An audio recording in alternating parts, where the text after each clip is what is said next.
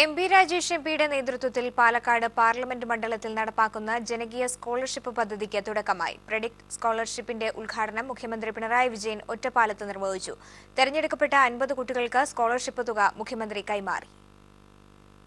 +1, +2 വിദ്യാർത്ഥികളായ തെരഞ്ഞെടുക്കപ്പെടുന്നവർക്ക് 2 വർഷത്തേക്ക് പ്രതിമാസം 1000 രൂപ സ്കോളർഷിപ്പായി ലഭിക്കും. എം.പി. രാജേഷ് എം.പിയുടെ നേതൃത്വത്തിൽ നടപ്പാക്കുന്ന ജനകീയ സ്കോളർഷിപ്പ് പദ്ധതിയിൽ വിവിധ സംഘടനകളും വ്യക്തികളും സഹകരിക്കുന്നു. ഒറ്റപ്പാലത്ത് നടന്ന ചടങ്ങിൽ മുഖ്യമന്ത്രി പിണറായി വിജയൻ പദ്ധതിയുടെ ഉദ്ഘാടനം നിർവഹിച്ചു. ഇത്തരം സഹായം കിട്ടുന്നത് നല്ലതാണ്. ആ മനസ്സിനോട് സംഘടനയോട് നമുക്ക് നന്ദി പറയാം. പക്ഷേ ഒന്നിൻ്റെ മുന്നിലും അളന്നു പോകാതിരിക്കുക എന്നതായിരിക്കണം കുട്ടികൾ എപ്പോഴും കൂടെ കൊണ്ടു നടക്കേണ്ട.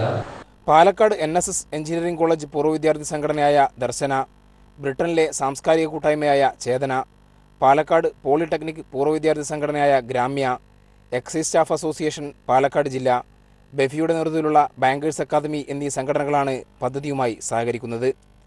എം.പി. രാജേഷ് എം.പി. അധ്യക്ഷത വഹിച്ച ചടങ്ങിൽ MLA-മാരായ പി. ഉണ്ണി, പി. കെ. ശശി തുടങ്ങിയ ജനപ്രതിനിധികളും പങ്കെടുത്തു.